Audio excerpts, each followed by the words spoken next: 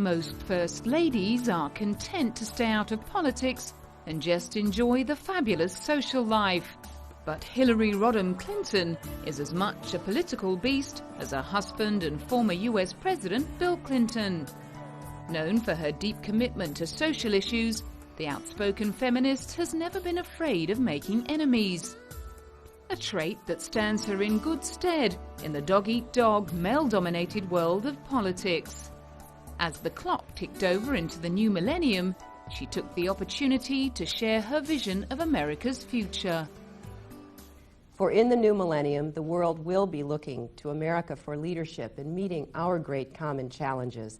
If we in America can extend prosperity to people and places in this country that have not yet felt it, then perhaps the global economy can bring a better life to the 1.4 billion people who live on less than $1 a day. That vision began in the classroom. If we in America can provide all of our children with a world-class education, then perhaps it will be possible in the not-too-distant future for every child in the world to have a good education. And if we can build one America and make our diversity our greatest strength, then perhaps other nations will see the advantage of working to overcome their own ethnic and religious tensions. The story goes that Hillary was given the unusual double L in her first name after her pregnant mother read an article on the mountaineer Sir Edmund Hillary. The dates don't quite add up, but the story illustrates her mother Dorothy's determination to inspire her daughter. Her father Hugh was a successful small businessman, and Hillary has two brothers, Hugh and Tony. As the eldest child, she showed her intelligence, energy and talents early on, excelling academically, physically and in leadership roles at school. Unusually for the time, both her parents encouraged her to pursue her own career. Her love of politics was obvious from a young age. It was at Wellesley College, where she studied political science, that Hillary made the shift away from conservative ideals. Her first presidential position was on the College Government Association Board, where she showed her ability to broker agreements, managing to keep the college clear of the violent protests that besieged other institutions at the time. In 1970, she enrolled in Yale Law School, and her student legal work quickly became focused on the underprivileged. In 1971, she met Bill Clinton, but it wasn't until '75 that she finally agreed to marry him, keeping her maiden name Rodham. During the 1970s, the couple continued their political commitments, and in 1976, Bill was elected Arkansas Attorney General. Hillary joined the prestigious Rose law firm, and it wasn't until Bill became president many years later that he finally started earning more money than his wife. Bill was elected as governor in late 1978, and Hillary continued to practice law alongside her First Lady of Arkansas duties. When Bill was elected President of the United States in 1993, he was keen to give his wife a great deal of responsibility. Today I am announcing the formation of the President's Task Force on National Health Reform. Although the issue is complex, the task force's mission is simple. Build on the work of the campaign and the transition. Listen to all parties and prepare health care reform legislation to be submitted to Congress within 100 days of our taking office.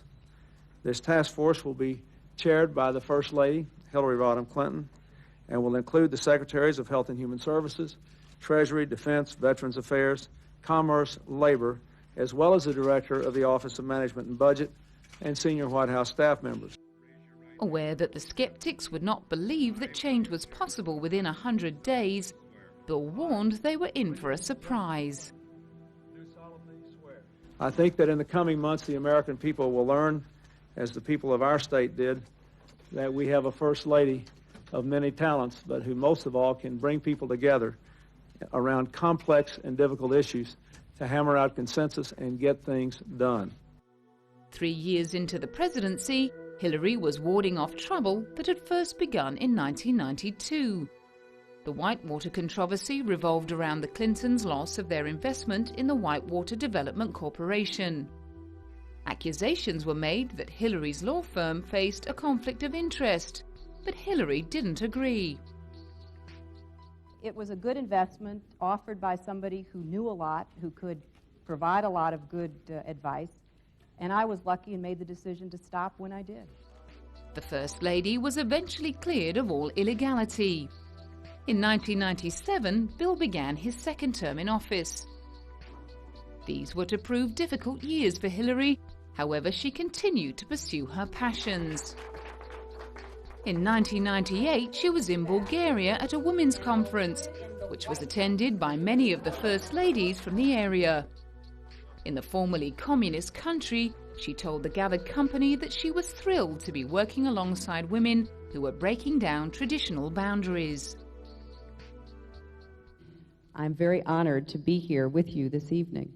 I want the people and the government of Bulgaria to know, on behalf of my husband and the government and people of the United States, how impressed we are with the reform efforts that you have undertaken in the last several years.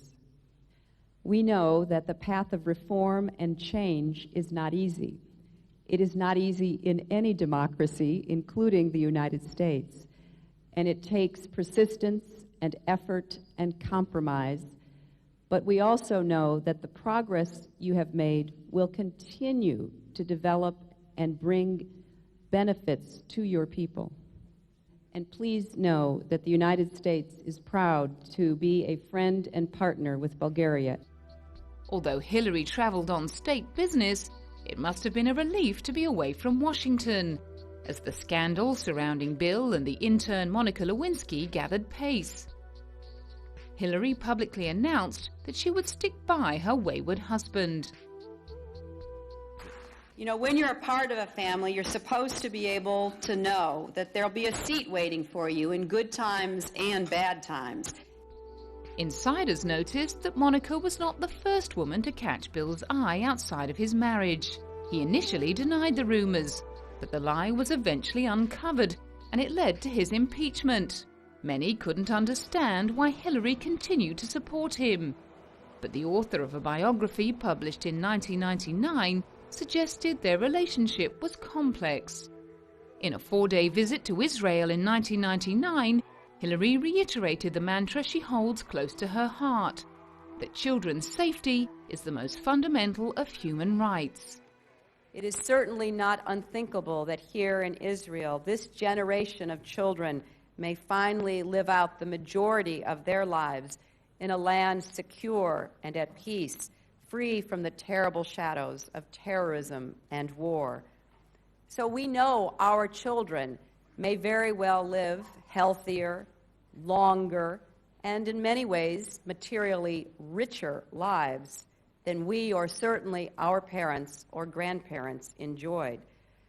But we also know that that inheritance is far from certain, and we understand deeply that material wealth is not spiritual wealth.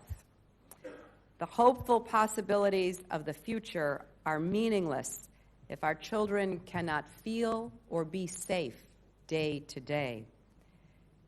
Everything does pale in comparison to our ability to keep our children safe and out of harm's way.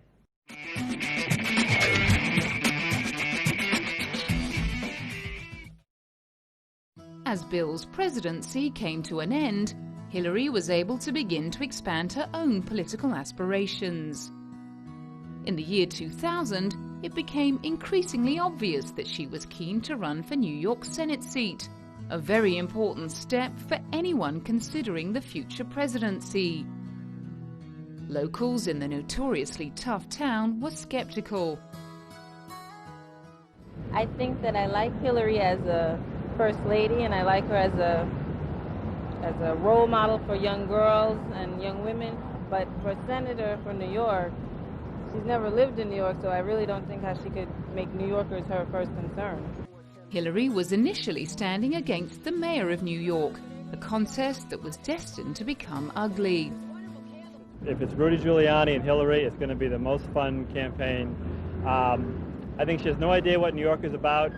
And it's fine if she wants to run. Robert Kennedy ran and wasn't a resident, and she actually resident. She doesn't even have to live in New York until she gets elected by the rules. I think she's going to get eaten alive. She hates the media, and I think it's a big mistake, and it's going to be a lot of fun to watch, but they're going to chew her up and spit her out. However, Rudy Giuliani pulled out, and faced with a less popular opponent, Hillary won with 55% of the vote. Thank you for opening up your minds and your hearts, for seeing the possibility of what we could do together for our children and for our future here in this state and in our nation. I am profoundly grateful to all of you for giving me the chance to serve you. She was sworn in early 2001 and immediately got to work building relationships with senators from both parties. When the New York Twin Towers were destroyed in the September 11 attacks, she was instrumental in rapidly securing billions in funding for redevelopment of the site. Years later, it became apparent that first responders to the scene had developed many resulting health problems, and the senator fought to ensure that they received appropriate treatment. In 2007, she took budget issues straight to President George W. Bush, reminding him that the new program would end if he didn't commit to federal funding. And so there is a lot of medical work, the prescriptions that are needed to keep people going, the medical interventions that are required. I believe this is a moral responsibility of our nation. We owe it to these responders, the residents and others who were sickened because of the attack on our country. Hillary's tilt at the White House brought with it some interesting responses. Issues surrounding women in power are rarely out of the press, but one artist decided to let his hands do the talking after hearing Sharon Stone comment that it was too soon for Hillary to become president because her sexual power was too threatening. The Museum of Sex in New York was happy to exhibit the piece. The point of the piece for me was to at least continue the dialogue and the idea and get people to talk about that possibility and get over some of the apprehensions they may have about a woman president. If we could get beyond that, then we might see some real change in that regard. Hillary was no doubt far too busy to stop off at the museum for a visit. Her committee work as a senator included budget, armed services, environment and public works, and security and cooperation in Europe. She also continued to focus on social issues, introducing the Family Entertainment Protection Act to protect children from inappropriate video game content, and voting against the federal marriage amendment, which sought to ban same-sex marriage. In 2007, Hillary officially threw her hat into the ring for the presidential race. No woman had ever been nominated by a major party, and she was up against the hugely charismatic Barack Obama. Both set early fundraising records, and by September she was leading in the first 6 states. But gradually Barack's message of change became more popular than Hillary's message of experience. In June, the battle was all but over, and Hillary graciously accepted defeat. It was testament to her strength of character that she was able to quickly recover from such a public defeat. But aspects of the battle must have left scars. When Barack was elected, there was an overwhelming outpouring of love and support for him and his family. And Hillary, all too aware of the inglorious end to Bill's presidency, may have found the hype a little difficult to stomach. That there really is this sense that perhaps now we've elected someone into the real White House who could conceivably behave in ways that we've only recently seen people in fictional White House behave, like President Bartlett in The West Wing and that kind of thing. A guy that can talk, a guy that's charismatic, a guy that seems to have some kind of vision. And the fact that we're covering this political candidate, and we're seeing him and his family covered in all of these celebrity magazines, not because of a scandal. is really kind of unusual for American culture these days. Although at times the contest had become bitter and personal, Barack was quick to invite the senator to accept the prestigious position of U.S. Secretary of State. It wasn't long before her prodigious diplomatic skills were being tested in talks behind closed doors with European and U.S. officials. After a meeting with Middle East envoy George Mitchell, she spoke to the press. It is our hope that the work that needs to be done to move the parties toward an effort to settle many of the disputes that they currently confront will be effective. But Hamas knows that it must stop the rocket fire into Israel. The Secretary of State also met with the British Foreign Secretary David Miliband. The United Kingdom and United States have been allies in the war on terror, and Hillary was eager to continue that close relationship. On the table for discussion was Iran and its increasing nuclear activities. Iran has an opportunity to step up and become a productive member of the international community. As President Obama said, we are reaching out a hand, but the fist has to unclench. And we will see how we proceed together toward a policy that we believe represents the objectives that we share vis-a-vis Iran. So I thank you all for being here to record the slight change, but more than that, the continuity in the special relationship. Thank you all very much. Thank you.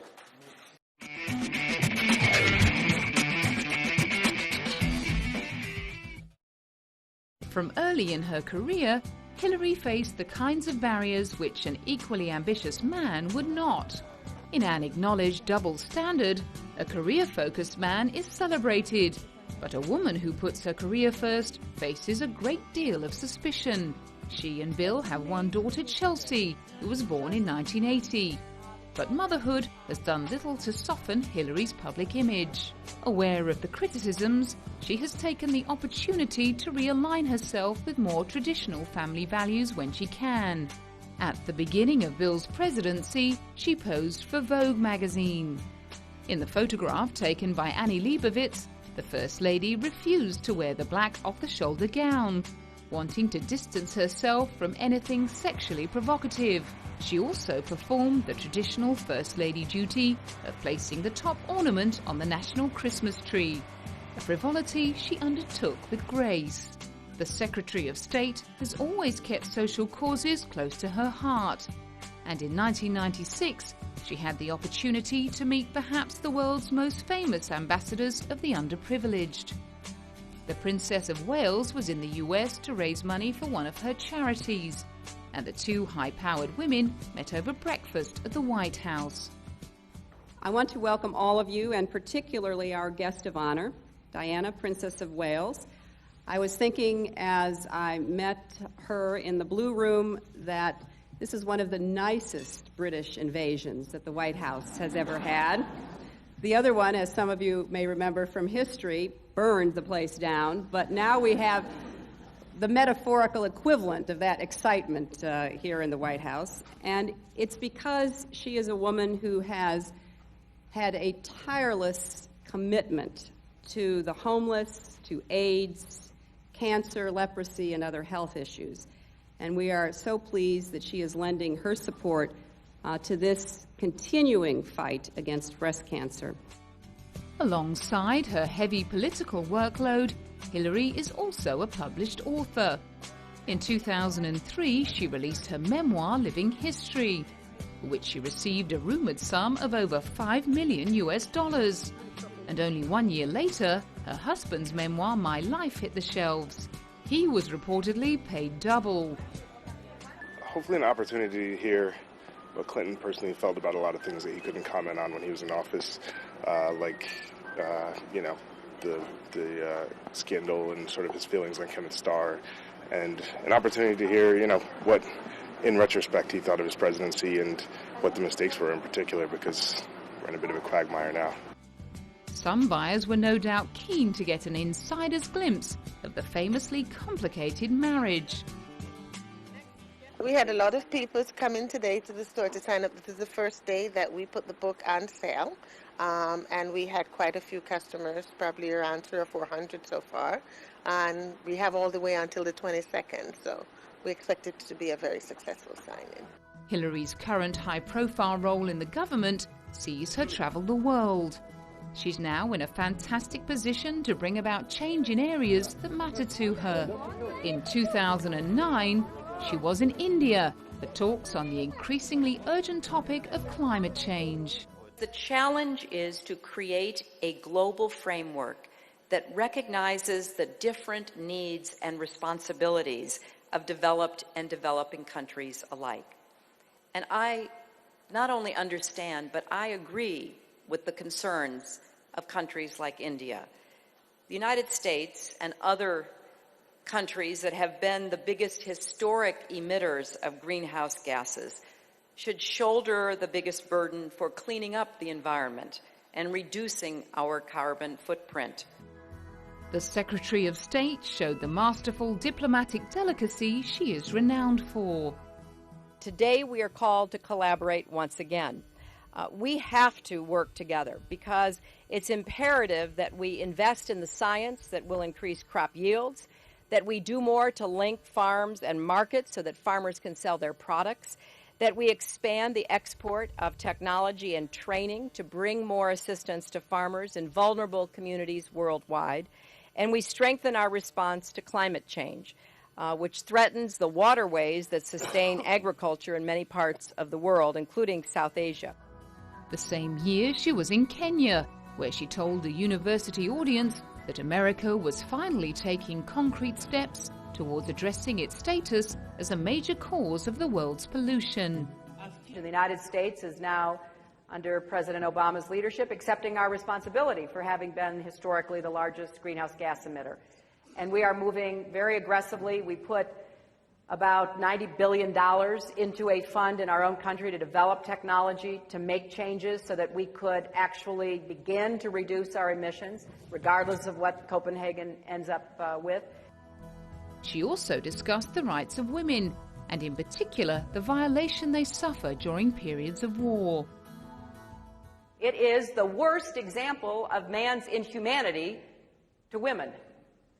And women are being used in conflicts. Now, what are the conflicts about? Well, yes, there are tribal and other reasons why the conflicts are going on, but get below the surface.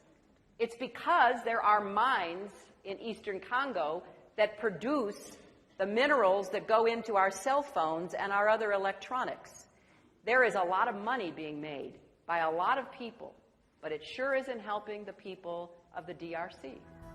What remains inspiring about this icon of female power is her ability to remember ordinary people and her ongoing desire to help make positive, far-reaching change.